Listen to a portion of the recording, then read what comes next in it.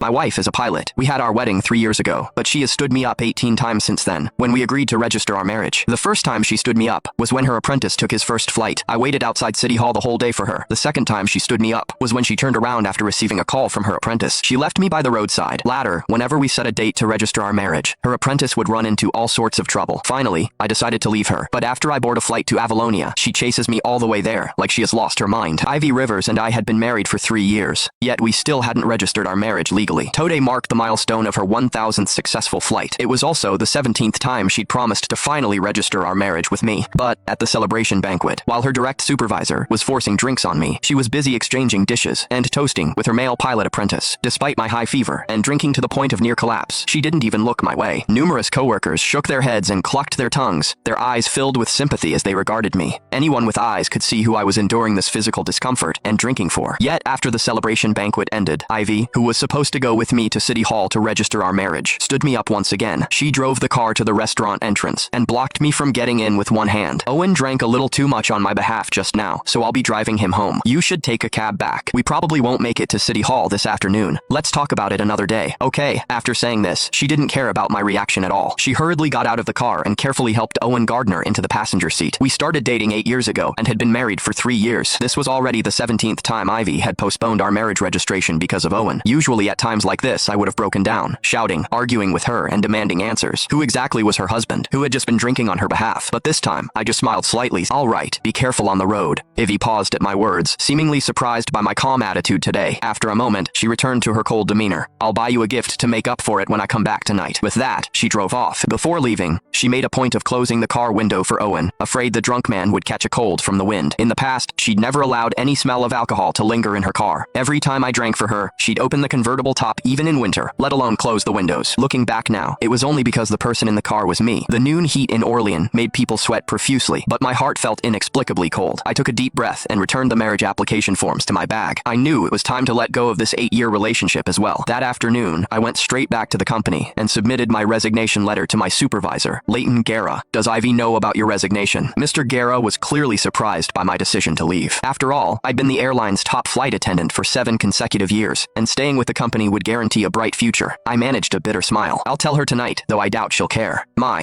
These past few years, you two flew new routes together and won company awards together. The CEO even attended your wedding personally 3 years ago. Everyone was so envious, but I suppose Mr. Guerra trailed off with a long sigh, his voice full of regret. Yes, those were indeed beautiful memories, but memories were just memories. We could never go back. After submitting my resignation, I returned home around 10 p.m. The house was eerily quiet and empty.